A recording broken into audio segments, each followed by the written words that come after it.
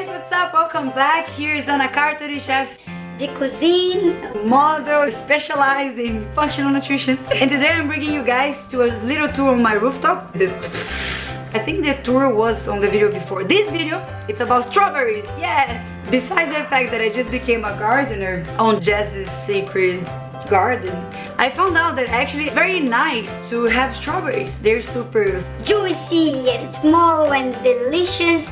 Anyway, so if you have some strawberries in your place and you don't know how to clone them, watch this video. This video is for you. We started off with 3 or 5 little strawberry plants, and now we have, you're gonna see there, like countless. It's very nice to see that they're growing so fast also. It's starting to bloom the strawberries. It's really nice. Just sharing with you a new hobby that I have here. I hope you enjoy. Many kisses. If you have any questions, please leave it on the comment below. Bye! So this, if you have never seen before, it's a strawberry flower. And this is called runner. He will create its own roots. So all you have to do is to make sure that he will touch the soil so he can grow as a new plant. Make sure you will keep the baby plant connected to the mother plant so it can grow big enough to be able to live by itself. This is an old runner that I had planted before, so now it's time to cut it off the mother plant. Before pulling the plant off, make sure you make the soil around very fluffy so you don't break the roots.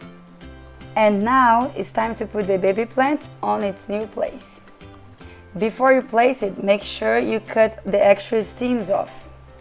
There is an easier technique also to do this, that you just put the baby runner there directly into the new pot, so you don't have to do all this replanting. So whenever the new plant is ready, you can just cut the stems off.